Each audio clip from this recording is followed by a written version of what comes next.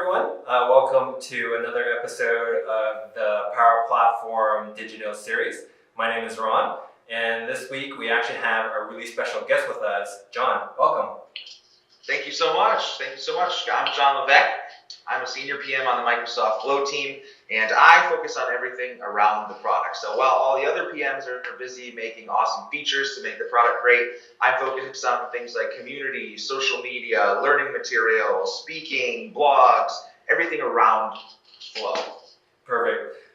So guys, the session that we want to highlight today is a session from the Microsoft Business Application Summit that is actually taking place this year in June in Atlanta.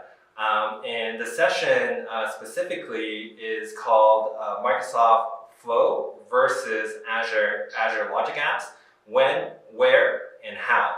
So John, why don't we just kind of cut to the chase and answer the million-dollar question right now.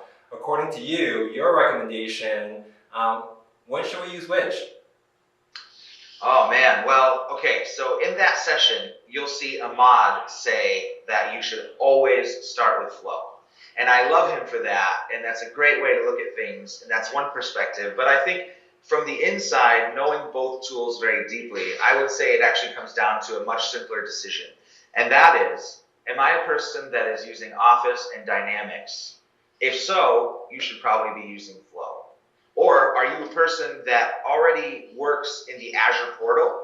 And if so, you should probably be using Logic Apps.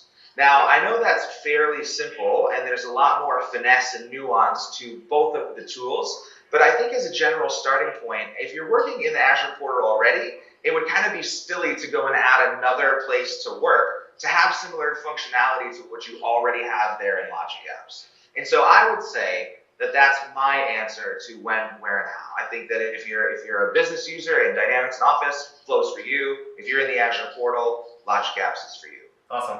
Thanks so much for that, John. So guys, there you have it. So thanks for watching. As always, please let us know what you like, what you don't like, and what you would like to see us cover in future episodes. And until the next one, thanks for watching.